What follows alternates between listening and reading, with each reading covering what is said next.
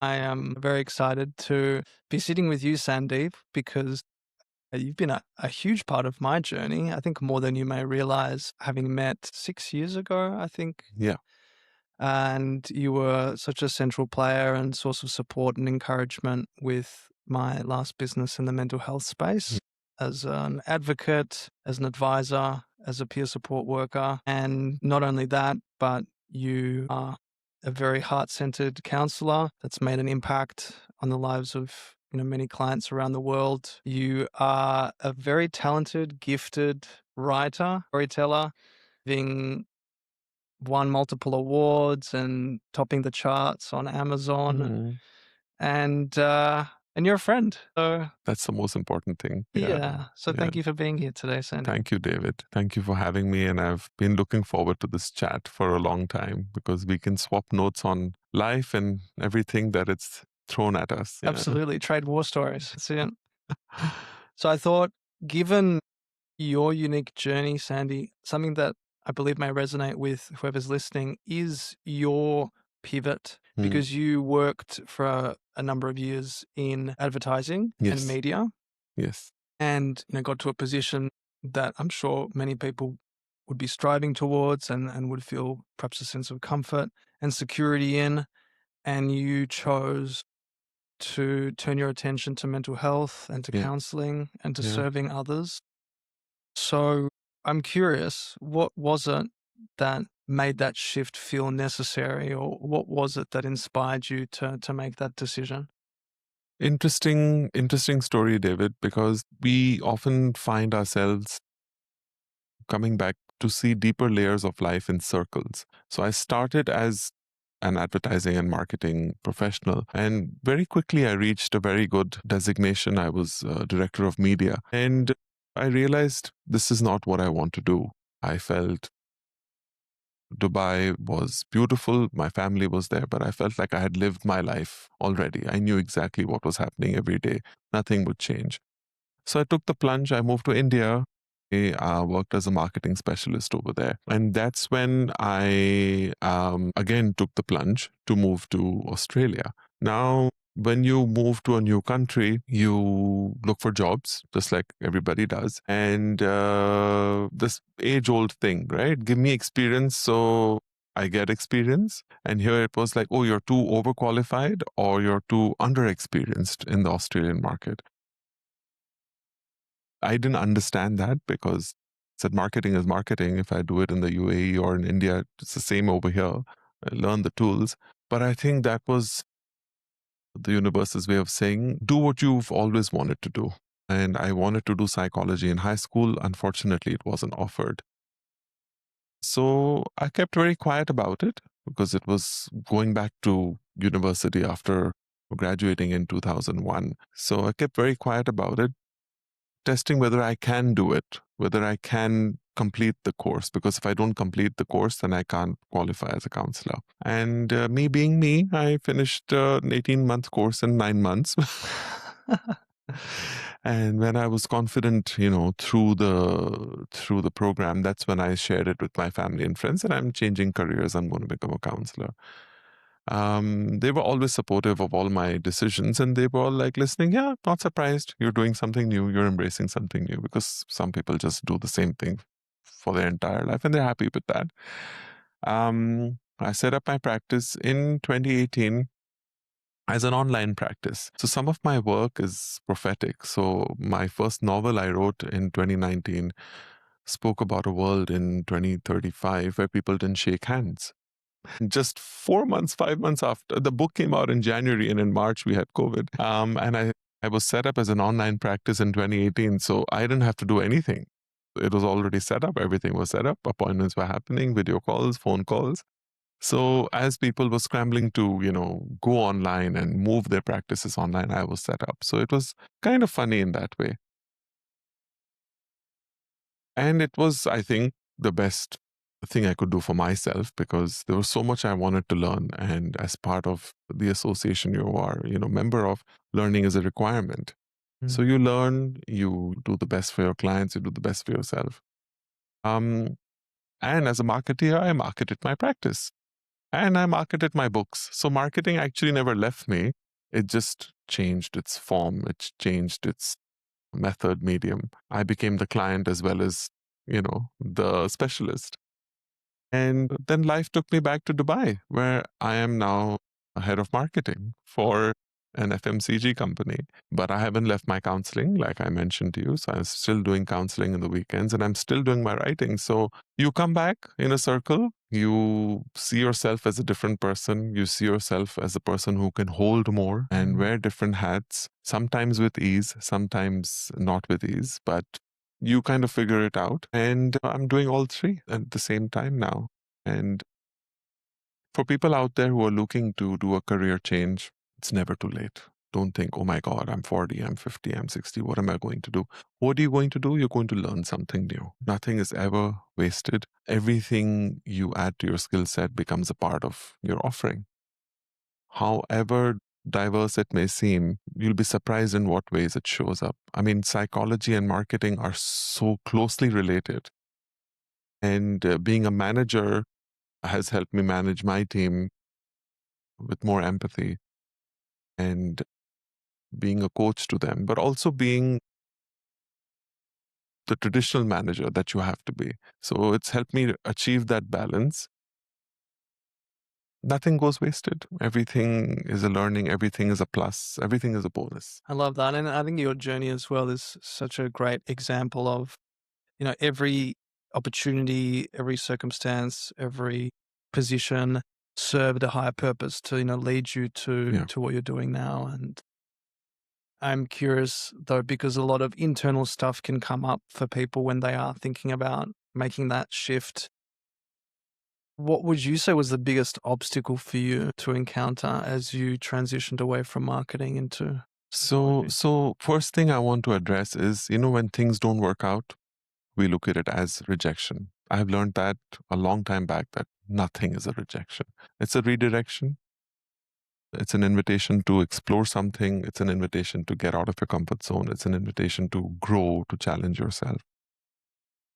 The biggest obstacle that I faced was at that time, you think it's an obstacle, but it's as if the universe is preparing you for something. So to shut down and study,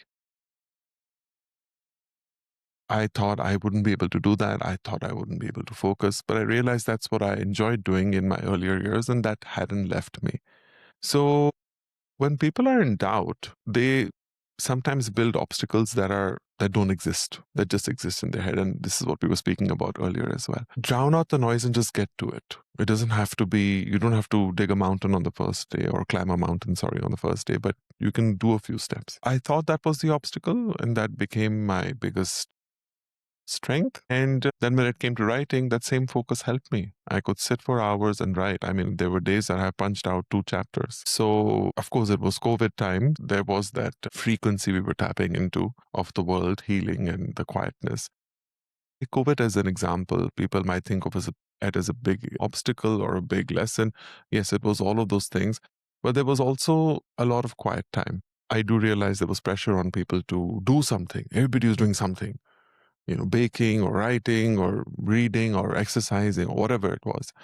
And as a counselor, I would tell people, like somebody asked me, there seems to be so much pressure. I said, if you are getting through the day and your sanity is intact and your health is intact, that's a win. Anything else you choose to do is a bonus. So the only milestones that you should adopt are your own, and the only goals you should adopt are your own, nobody else's. So my obstacle would be wondering whether I could sit down, focus, and do something. And I could do it because I didn't give myself any other choice. I said, this is what you have to do. And very quickly, I finished the course. And the other obstacle, I guess, would be setting up private practice. But again, I didn't have anyone or anybody to compare to. So I set it up. I remember asking somebody, what do you charge for a session? And somebody else chimed in, oh, that's a personal question. I said, no, it's not a personal question. That should be on their website. It's not, or any of their communication. It's a service we're paying for. Sometimes you have to hold your ground and you have to get the answers. And I remember I had started out My fees are still very low compared to industry. And one of my colleagues said, but you have to charge, you have to charge. And just yesterday, I was talking to somebody or day before, and they said, oh, this person charges this much, almost double of me. I said, well, if that's what they're comfortable with, that's fine. But for me, it's a helping profession. So yes, there has to be a fee. There has to be an energy exchange. But I can't picture myself charging, let's say, $200 for a session. That would be a lot. If I'm helping somebody, $200 for 50 minutes, that's a lot. So for a counseling session. So I'm okay with what I'm charging. I'm there to help people.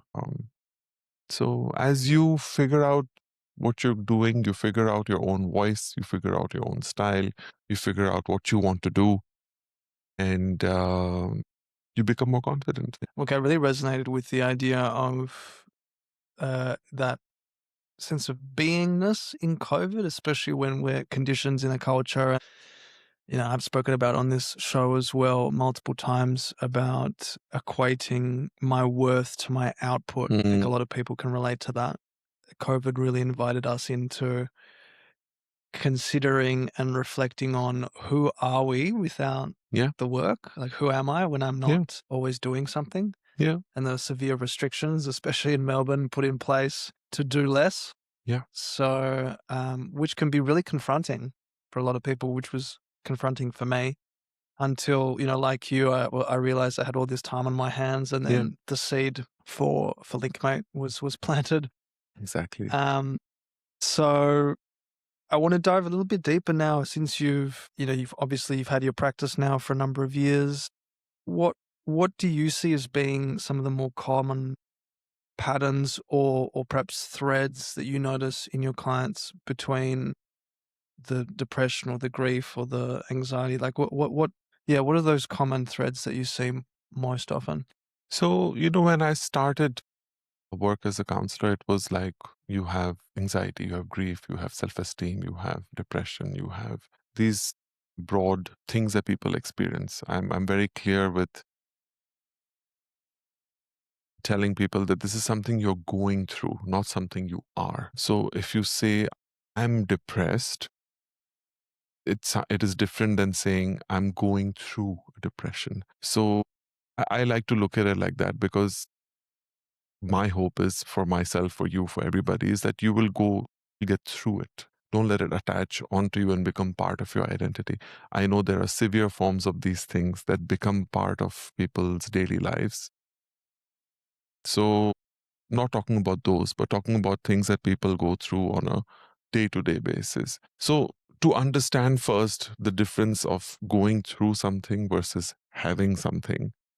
And secondly, to help people identify what do they see in that. So it's not about I'm going through this. What do you see in that? Asking the deeper questions. And whether it was grief, whether it was self-esteem, whether it was conflicts in relationship or parenting, those things that people saw were kind of the root causes of the things they were going through.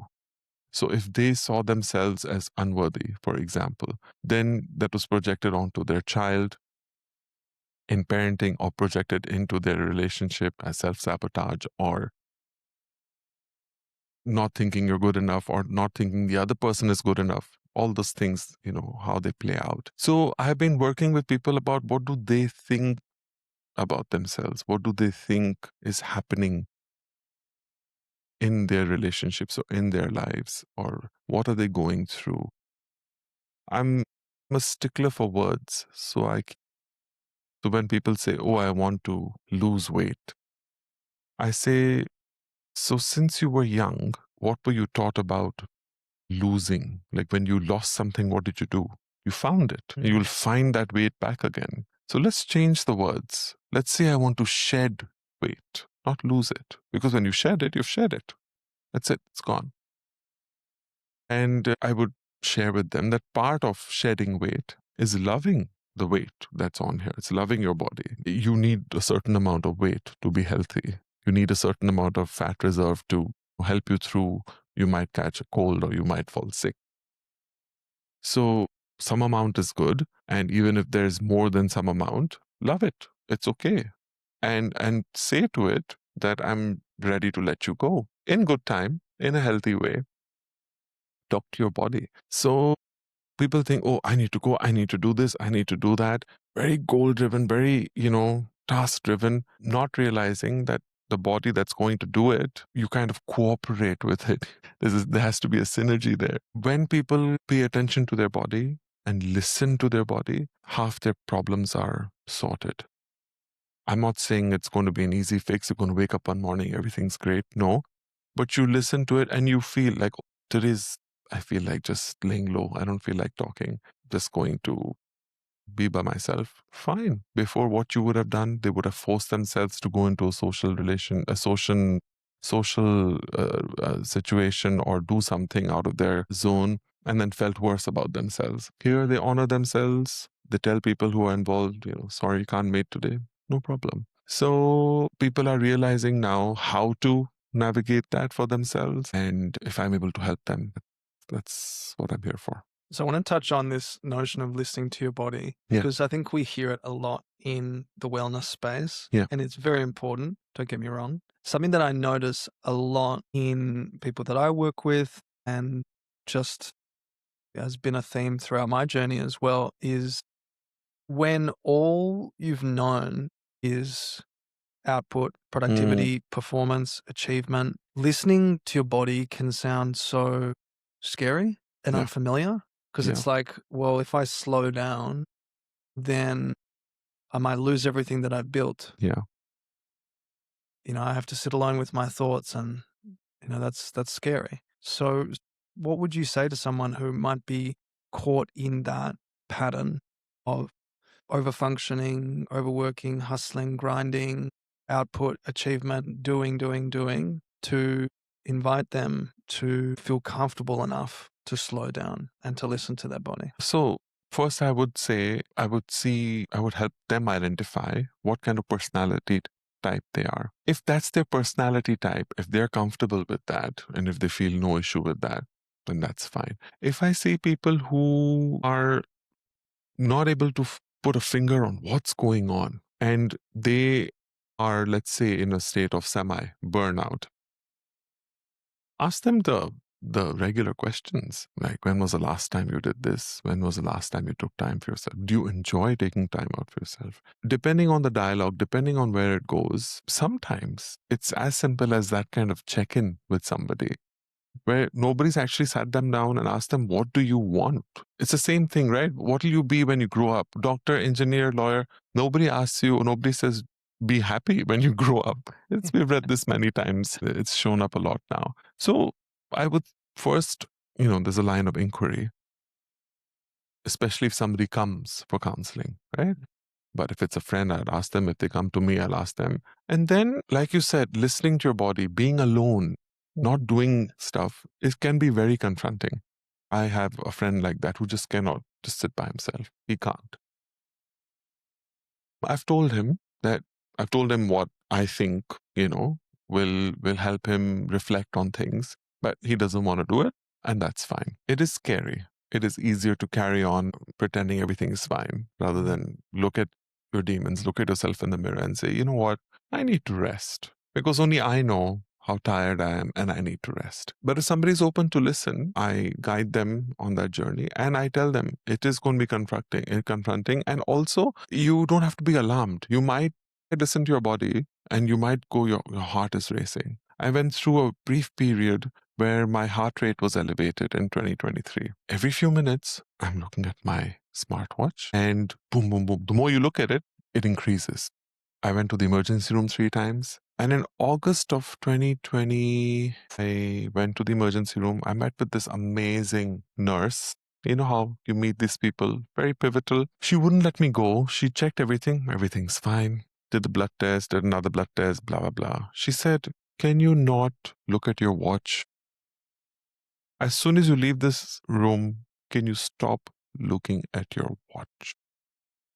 Your anxiety, there is an anxiety, but it's getting worse with this. Where are we now? 2027 almost? I don't look at it. I just don't. And it's gone. Sometimes I feel it and I'm like, yeah, I feel you. I acknowledge you. You're there. And it just goes away. So there is an anxiety, there is a grief response happening, there is something happening in my body, but that doesn't mean that I'm unwell. My body, as you know, the body stores stuff, it's coping, it's cleansing, or it's bringing stuff up for your attention. But after that day, I haven't looked at it. You meet people like that, and you have a therapist or you have a friend. And my friend was just sharing this buzzing going on in my ear. So I told him on the phone, I said, can you hum it out for me? I want to understand what it is that you're listening to. And then he did that. And he's been in touch about that. And then now he's kind of figured out a way of what it might be. Because when all the tests come fine, you're wondering, but it's still there. You still have to deal with it. And I was telling him, I said, there we were figuring out what movie to go for or what holiday to take. And now we're talking about voices in our ear and what vitamins to take for it. But that's life, right? You grow older and you embrace whatever is age appropriate. And things happen when you grow older. So that's what I would tell people. Don't be scared of your body. Listen to your body, honor your body, acknowledge what it's saying to you, acknowledge the pain, aches and pains. I know so many people. I was talking to my chiropractor yesterday. He said, I tell them, come every 6 months. I'm not doing this as a business advice to you. I'm saying this to you as your body advice. So when you get your adjustments done, your body's like a well-functioning machine. But if you let it break down and then you come to me in pain in a year and a half, it'll take me some time to build it back up. Whereas if you keep getting maintenance, it's going to be fine. That's what the body is, and that's what the mind is. You take care of it, it'll run fine. Absolutely. It brings up a quote from Rumi, I think. I'm paraphrasing, but he says something along the lines of, your body is like a hotel or home, and the emotions are like visitors coming through. So just allow all of them to come through. Yeah. Allow them to stay for as long as they want and then to leave. Yeah. I think the problem arises when we hold on to them. And it's interesting that you mentioned that point about, when I grow up, I want to be a doctor or a lawyer, because, and this has been one of the most powerful distinctions in my own journey with mental health and personal development, is we don't want things because of the thing that they represent. It's because of what we think that thing will make us feel. Yeah. So maybe I want to be a doctor to make my parents proud of me. Yeah. So I feel a sense of love. Okay. If that's what you are after, then how can you get that from yourself? So I think I love that you're asking your clients that around what is it that you actually want, especially for someone who might be stuck in that hustle and grind burnout mentality. They're actually looking for a sense of peace and safety through the thing that they're chasing. Perhaps, it could be like an achievement at work, getting a promotion. So I need to demonstrate my worth. I need to work really hard. I need to make a good impression. And then when I get that promotion, I'll feel a sense of worth or peace or safety. But it's oftentimes so fleeting when really the answers are lying in the emotions. So what does that practice look like for you? Because obviously, with the journey through the emergency department, and then, which by the way, I think, because I wear a watch so as well, and so many friends as well who have Apple Watches have reported, and Whoops and all of these fitness trackers, too much information can actually exacerbate the issue, because you start to hyperfixate on it, and then you start to treat your body as like a robot. Yeah. And then you dehumanizes the whole thing, and you start to lose connection to your body. You start to connect more to a piece of technology than to your own body, which may or may not be accurate. Exactly right. Yeah. Yeah. So my therapist told me that this is junk data. Junk data, like the data of your watch, is junk data. You don't need it. Why do you need to monitor each and every metric of your body? And I understand for some people, again, that they need to. They're dealing with some health conditions. But all of us in general, oh my God, my sleep score was 96. I've never done that, by the way, but I know people who do that. Sure. And like, but don't you know how well you slept?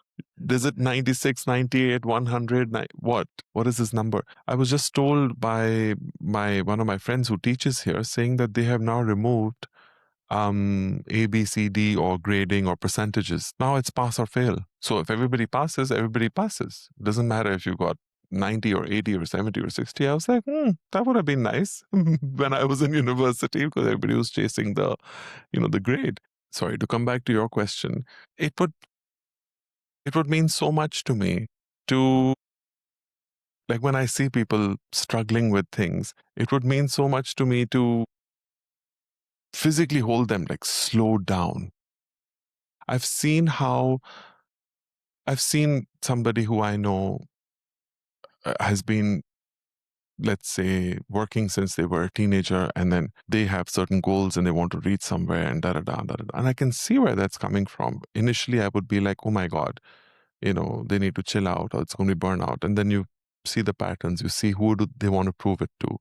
And it's the parents, and it's to themselves, and then bring it even further down. That I was telling somebody the other day that we're all actually children going around looking for validation in what we do or what we are, or everybody needs a pat on the back, even our parents, because they have gone through stuff that they haven't healed from, and of course the cycle continues. So I wish I could do that and I could help people. But then I also see, and this line will stay with you, that if you interfere in somebody's growth, or sorry, if you interfere in somebody's journey, you are truncating their growth. They need to go through that to grow through that. And then you just step back and you watch. And if they're close, you kind of, hope, like, okay, I'm like there to catch them. And if you are not close, you watch from afar, or you check in once in a while, hoping that they will get there. Not that you know better, or it's nothing like that. It's like you've been through something and you can see where this goes, and you just want to cut out all the strife in the middle, and you don't want them to go through that. And, I believe in that. I believe that if you're going through something, I'm going to learn from that and I'm going to try and avoid that. That's why I ask questions. But that's my way of doing it. Your way might be different. You have to go through it. And if I'm your friend, well-wisher, acquaintance, whatever, I'm there to hold space and just be there for you and keep it safe. So that's my perspective on that.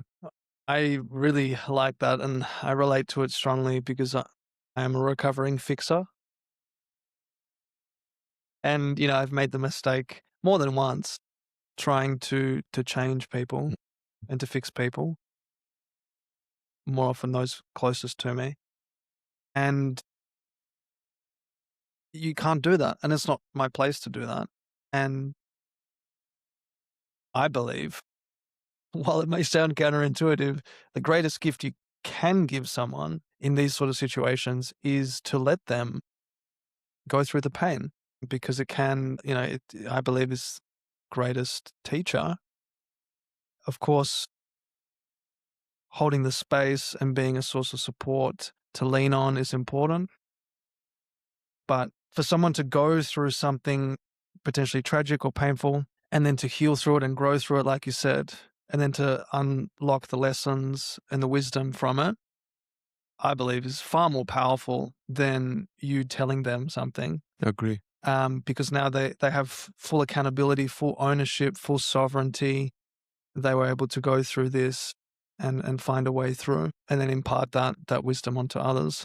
And this is actually a perfect segue, because I really wanted to talk to you about your book, Wounded or Wise, Yeah. in particular. And, to the way I interpret it is, when we're wounded, we're living from a victim mentality, and we believe that life is out to get us and circumstances happen to us.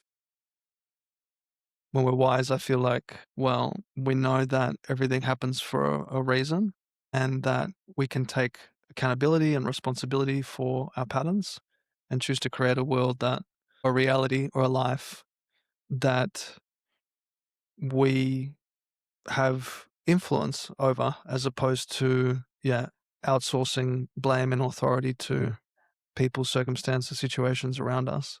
What does being wounded or wise mean to you, and what inspired the writing of that book? I think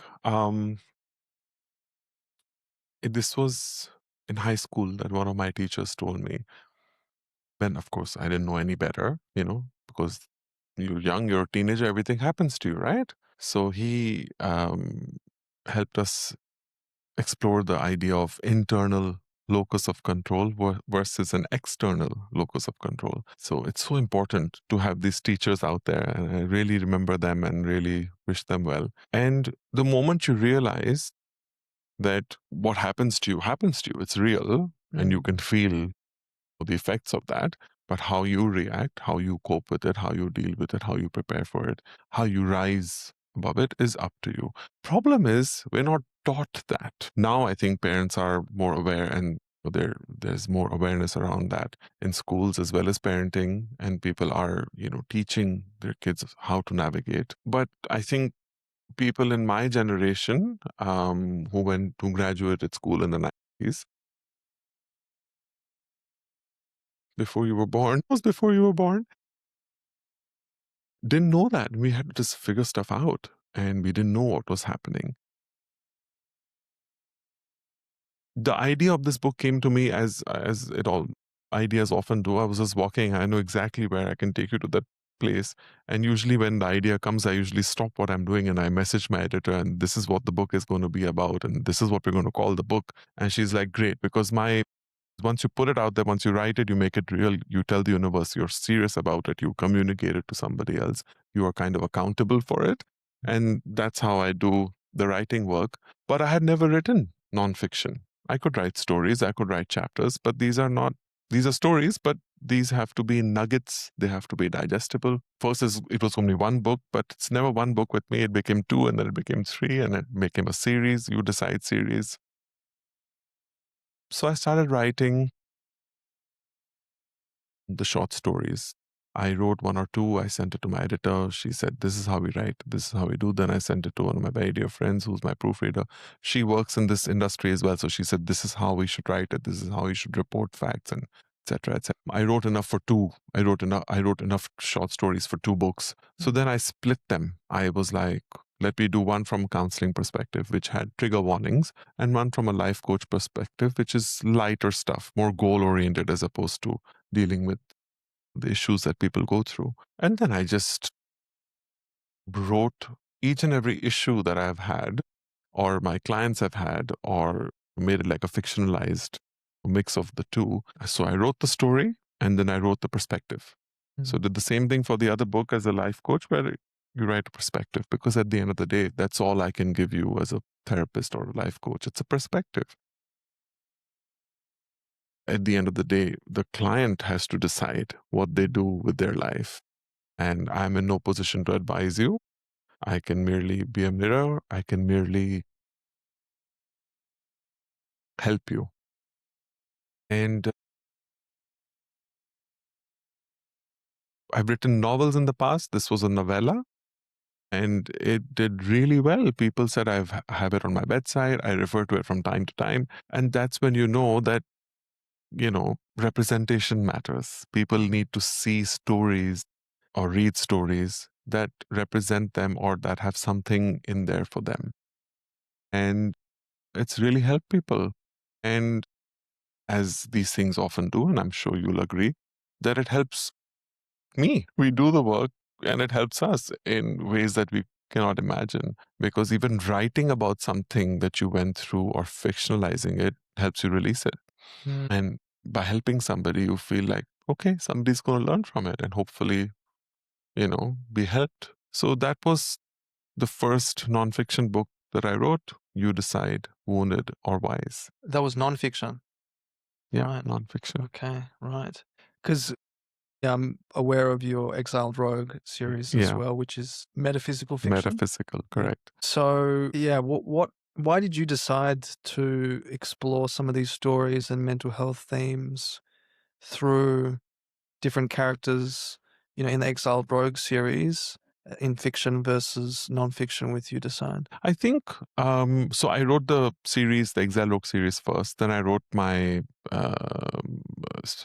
sci-fi romance. Right. But all of them, they came from an informed voice. So if I spoke about a family, I spoke about a family which may seem ideal, but for me, it seemed like a healthy and balanced kind of family. So it was more aspirational. And then when did I? So I've not released them in the order that they were written, but I run a counseling practice, and I was sitting there thinking it would be not that you know how to write, it would be a lovely way to commemorate the anniversary of the practice with a nonfiction book. Don't know what that book would be, what themes it would cover, how it would be done, because it's a totally different beast, writing nonfiction as opposed to fiction. But I think as an author, I took it upon myself to write different genres. So first one was metaphysical, a transformational, visionary kind of fiction. Then it was sci-fi romance. Then it was a mystery suspense. Then it was the nonfiction books. So it's counseling, life coaching, affirmations. Then I wrote an alternate history before I moved from Australia.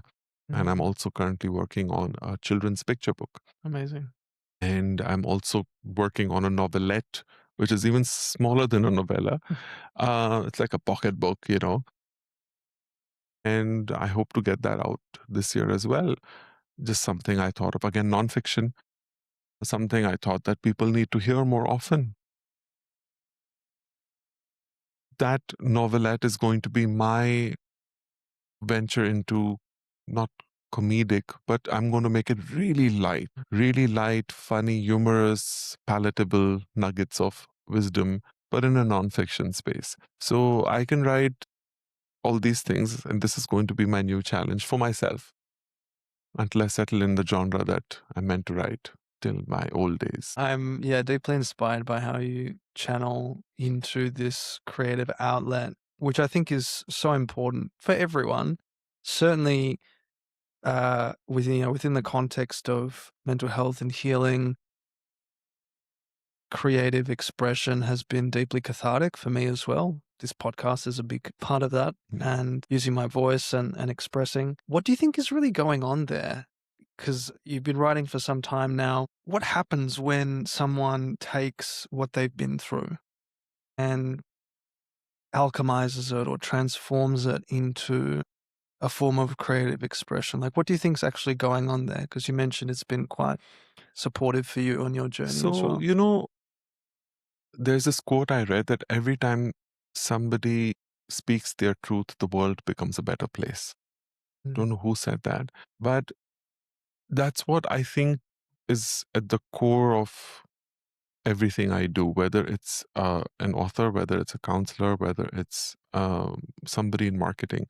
I want to encourage people to be authentic. I want to encourage people to present themselves in the best way possible. Very small, simple thing happened. A colleague of mine wrote an email and he repeated one word 3 times. So I just sent him a note. I said, uh, less is more. Let's try and use less words to say more, and I'm mentoring everybody to be the best they can be. So I'm like, however long you are with me, I don't want it to be like, yeah, I saw it and I ignored it, and I could have just easily, it's a small email, it's nothing.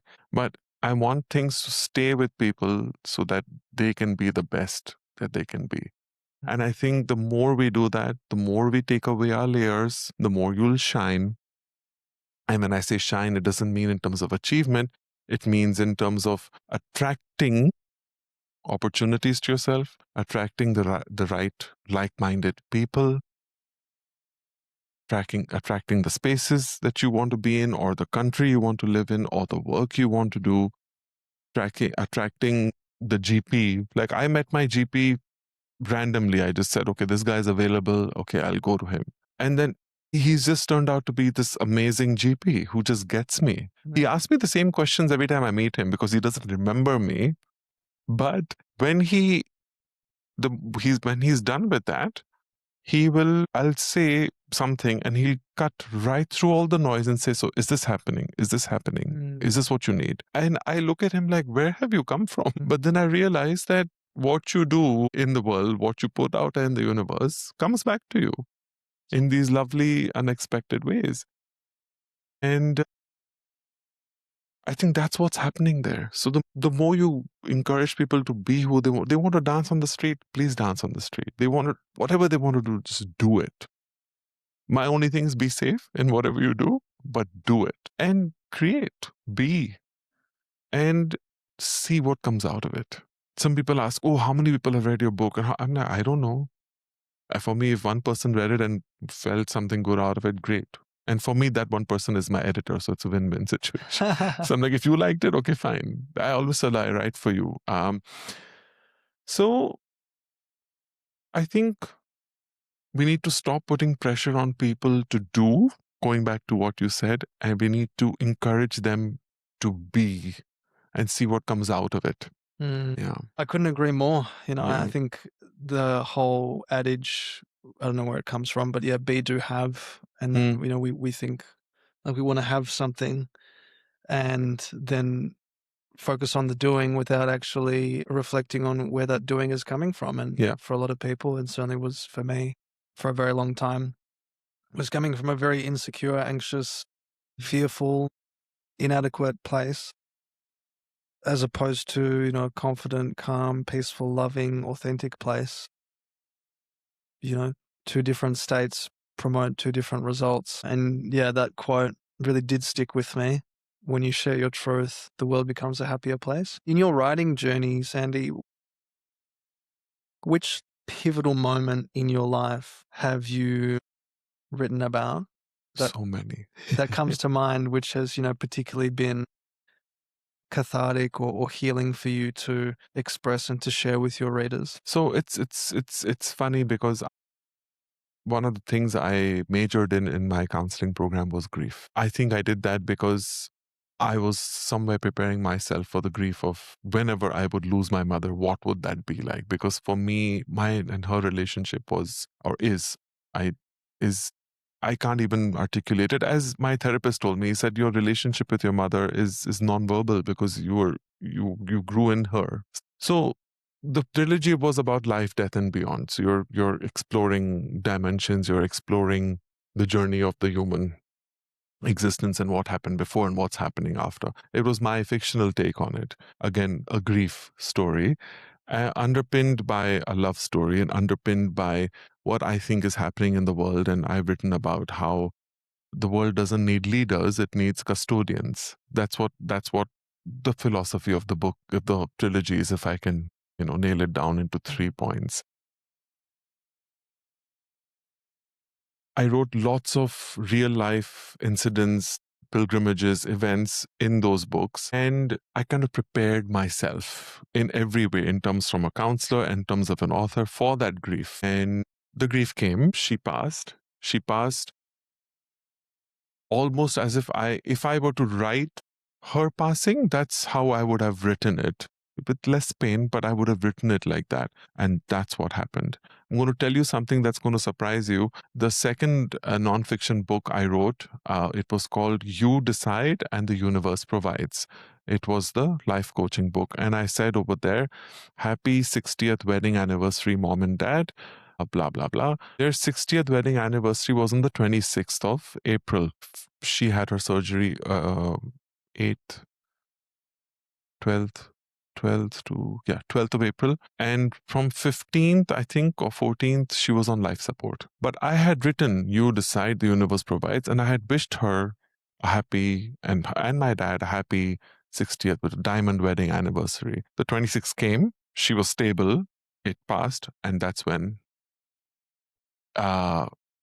she stopped responding, and on the 30th, she passed. So the way I look at it is, I put it out there in the universe, and she said, okay, this is what you want. I'll give it to you. I'll hang around to complete the inscription that you've already printed in the book, and it's out there. I'll honor that for you because you love me and I love you so much. And after that, it's my time to go. My writing and my counseling helped me establish that relationship with her in death and after her passing.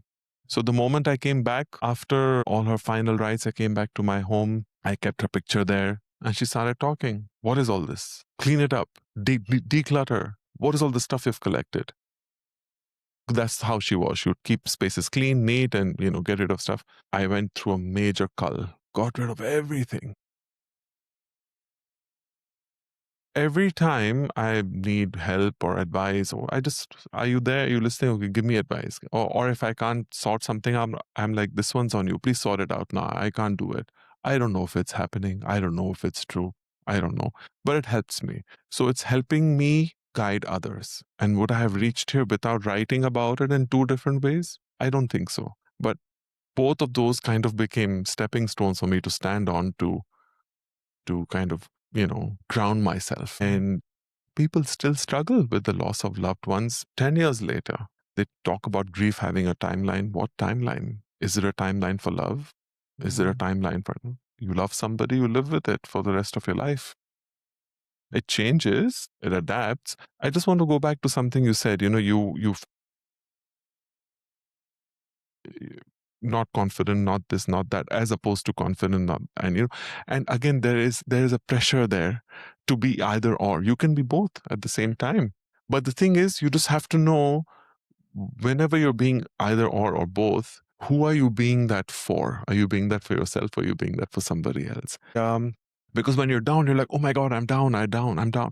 It's okay to be down. There's something you have to learn here. That's why you're down here. And down and up is not a bad or good place. It's just that's what you're supposed to experience. Experience it, give yourself the time, and then lift yourself up. And when you're there, don't forget that you were there. And you could come back there, or you could experience both together, and it's okay. We just, we have this idea around happiness or confidence, or watched a video yesterday about confidence, that it's something people are. No, people develop it point by point. It's like a diet. You develop it in steps. And same thing, it's like if you are something, you can feel both things, and you can come back to this space, and it's okay. You're here maybe to recharge, or maybe to learn new things, and then you go back up. But when you're down and you're going through a rough time, that's the time to step back and see, okay, who's around you? Who are your supports? If you don't have, make sure you engage supports. Talk to people. That's the time, the uncomfortable time, to speak your truth, which you have done and you have shared with people. And that gives people the confidence that, yes, it's okay to feel like that. It's okay to be vulnerable. You go through stuff and you emerge. So beautiful. That's so true. And it is such a gift to give to others. Like, not only is it healing for self when you do speak your truth and are vulnerable, I believe it helps others feel comfortable knowing that they're not alone, and that it's okay to feel that way. And yeah, I'm deeply touched by the relationship that you have with your mum. It sounds like she's always been by your side, whether in Always. physical form or not, and always been guiding you. Yeah, that's really heartwarming, Sandy. Thank you for sharing that. It brought up for me, when my grandma passed, my Buna, after she passed, I realized how much more love I had for her. And I felt that, I can feel it now, more than I ever experienced while she was alive. Yeah, one of my friends, Parag, would say that grief is like the price of love, but also an opportunity to feel all the unspent love. Yeah. So I'm curious, yeah, was that a similar experience for you in terms of that love that came forth for mum after she passed versus when she was alive? So grief is also love with nowhere to go. Yeah. Right? That's why because it's like, if there's a person, you love them, you're loving them, and now they're not there anymore. So the love is there, but it turns into sadness because they're not there. So I was very clear, even in the last few days, I told people, I said, so now this is going to happen, right? So we're not going to run, make calls and stuff. We're going to be with her quietly, because I'd read about all this. So each and every, the moment leading up to it, I'm like, okay, it's happened now. So we're with her. We love her. We spend time with her. Then there are 2 calls to make. We make them, and then we do what we have to do. Afterwards, this was my one principle, and that's my only principle.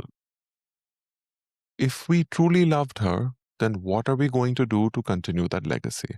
So we're going to be like her. We're going to behave like her. We're going to do as she had to do. So imagine, for me now, I'm her child, but my father, they completed 6 decades together, and they've known each other for 61 years. So I said, but I put a very heavy burden on him very soon. I said, now you have to continue everything that she would do. And it really resonated with him. And he said, I will. So he does what he has to do. And then he's like, if mommy would be here, this is what she would do. And I'm like, yes. We're trying to keep it as peaceful, as calm, and do as much, as closely as what she would have done. And when we're doing so, I can hear her voice in my head. Yes, more of that, please. Yes, this sounds right.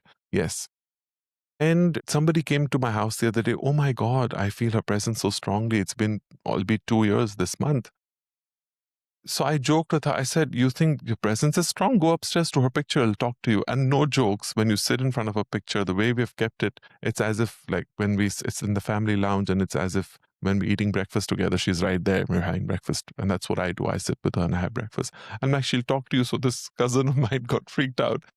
And I'm like, yeah, because I strongly believe, and this goes into the metaphysical again, that if you love somebody, they're with you in any dimension, and you will see blessings, you will see life directions, you will see changes, and you will see supports that they have made happen from the other dimension. Because in the physical, we are limited. In the other dimensions, we're not. We can make things happen. And I believe in that.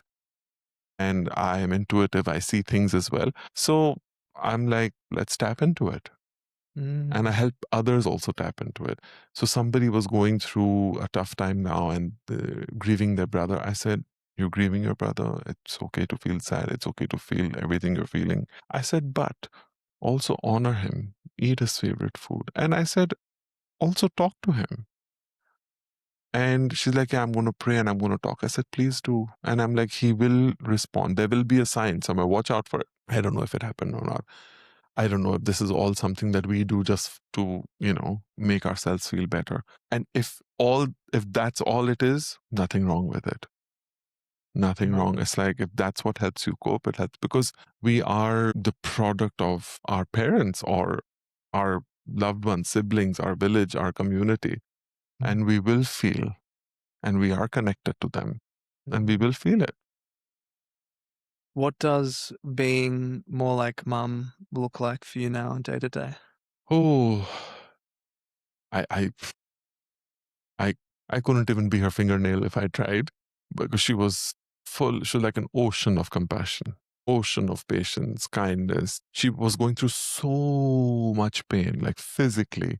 But if you spoke to her on the phone, you wouldn't know it. Laughing, joking. She would share with me. She would share with me. And it was hard. But then again, I realized that I can be there for her, but this is her pain to go through. And we're going to do everything in our power. And we did everything, air ambulance, surgery, best doctor, best blah. But it's very humbling to know that at the end of the day, it's the individual journey and they have to go through what they have to go through. So it would just be kindness. It would be kindness, compassion, feeding people, doing nice things, being happy, being calm, not fighting, not raising your voice, praying, celebrating culture, celebrating every milestone. She loves celebrating, taking pictures. So even during her, like on the 12th day when we all got together, and my cousin was taking a picture with her big picture, and her husband is like, "What are you doing?" I said, "No, no. She would have liked that. She loved taking pictures." So the way we've kept her pictures, whenever anybody comes home, we all take a picture with her. So that's the best way. We had a WhatsApp group which was mom's surgery. And then as soon as the surgery was done, we made it mom's recovery. And as soon as she passed, I changed it to mom's memory. So now anybody who has any picture or voice note or video of her just shares it with the rest of us, the whole family, and we get to reminisce. And some days it's hard, I won't deny. But most days it's heartwarming. She touched so many people's lives. Even though she was bedridden, she would message everybody good morning every day. It's just like, how do you do that? How do you set your pain aside and just be in touch with everybody? So, all those things. Your mum sounds like an absolute angel. She was something else. And I think once in many lifetimes, a generation, somebody like that comes along which protects the generations gone by and the generations that come forward. And we were very lucky to witness that. As a counselor, I spoke to people, and they don't. Some people don't share such relationships with their mothers, and it's heartbreaking. And then you hold space for that too. You hold space for the different realities. Some people didn't know their mother; she passed or separated or moved. So many things. And I keep thinking of myself as lucky to have her till I did, because I know of my friend who was a teenager when both his parents passed. And so, when is the right time? It's never enough time with people you love. and you just hold the space for people's different experiences.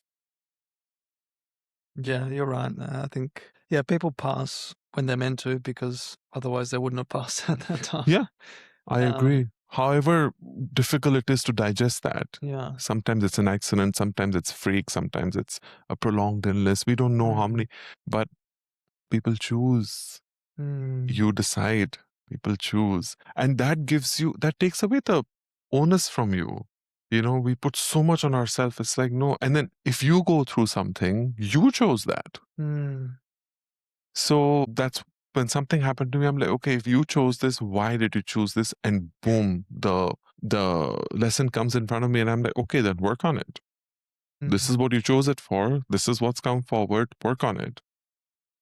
So, if internal locus of control. So that's what's helped me. I love that so much. That's what you're describing sounds a lot like this idea of just taking radical responsibility for your life and knowing that on some level, unconscious or not, you did choose this for a very important reason. And then it completely, like when I take that stance, there's no blame or there's no shame. It's all a listen.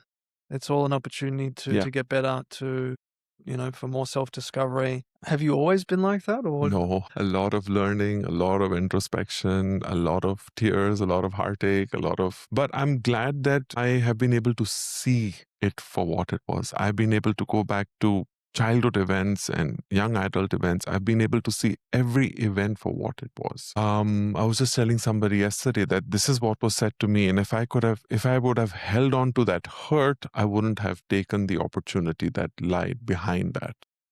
So I didn't hold on to that. Yes, that happened. And yes, it was hurtful, but it's not about me. It's about the person who said it. And if I delve deeper in it, maybe I can understand why they said it. And it's okay because it's not about me. So coming to your earlier discussion of value, like your value is not determined by somebody else. Your value is not determined by their behavior or what they think or what they said. Oh, you are useless or you are good for nothing. That's what you think. That doesn't make it true for me. Yeah, what other people say about you says more about them. But And that could be our parents, that could be our siblings, that could be anybody. But in people say hurtful things, but that doesn't make it true or it make it relevant or appropriate or define you. Somebody told somebody I know that, what have you achieved? And that person felt really bad. And I said, well, here's a list. And I told him 10 things. And I said, I'm just saying this to you because I know you for X amount of years. You know yourself for your whole life. Make a list.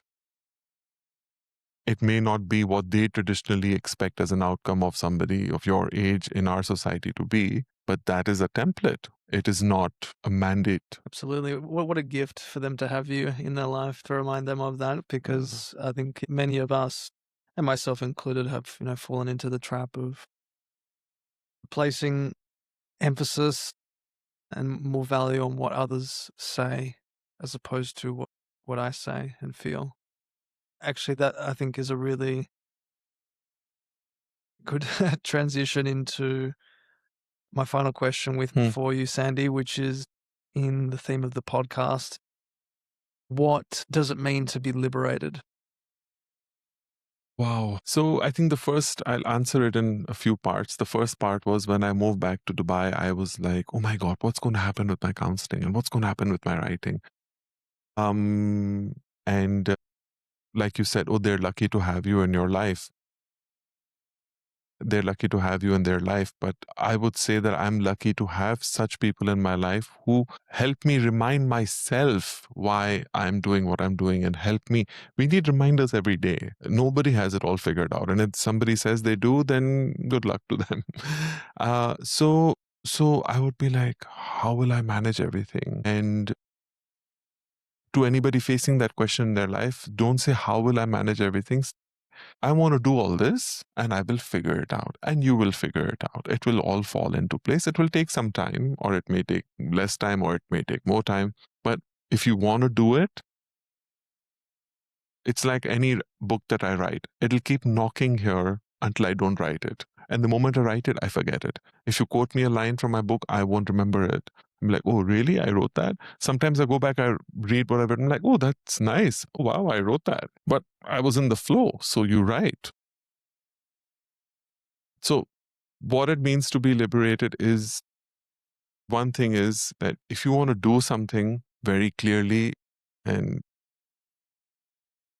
very clearly express that you want to do it and leave it. Keep working on it, but don't attach any result to it. It will happen. What it means to be liberated is be as authentic as possible, as authentic as your world allows. When you are free from judgment, a friend of mine said this, I have an opinion, but I don't have a judgment. And I just loved that. It was so simple. You can have an opinion on something, say, oh, I don't like that, or I don't agree with that. And that's it. We don't have to judge it. Judgment solidifies things, and it also, you feel it. So have an opinion and move on. And only you know your journey. So the moment you know that, you're liberated. You can walk in somebody else's shoes, but you can't fill them. So only you know your journey. And if somebody doesn't understand it, no problem. We haven't understood so many people's journeys and lives and decisions. It's okay. Only you know your journey, and you'll do the best you can. That's wonderful. Thank you. Thank you, David. This was wonderful. Can people find out more about you and your books and your practice and connect with you? So sandeepadnani.com is a website. It has everything on it. So my blog, my books, my counseling practice, everything is on there. On Instagram, you can find me on Instagram. You can find me on the various socials. But I think the website is, it's got everything there. So look me up if you like. Well, yeah, we'll make sure to include that in the show notes. And yeah, if you've made it this far, thank you so much for tuning in, for listening to Sandy and I. And yeah, if something stirred in you or resonated with you, especially around perhaps it was grief and losing loved ones and that journey you're struggling, I definitely encourage you to reach out to Sandy. I've worked with him closely and he's got a really heartfelt, kind-hearted, passionate container that he holds. And if you found this useful, please share it with someone who you feel might resonate as well. So thank you so much, and I'll see you in the next episode. Thank you. Thanks, Sandy.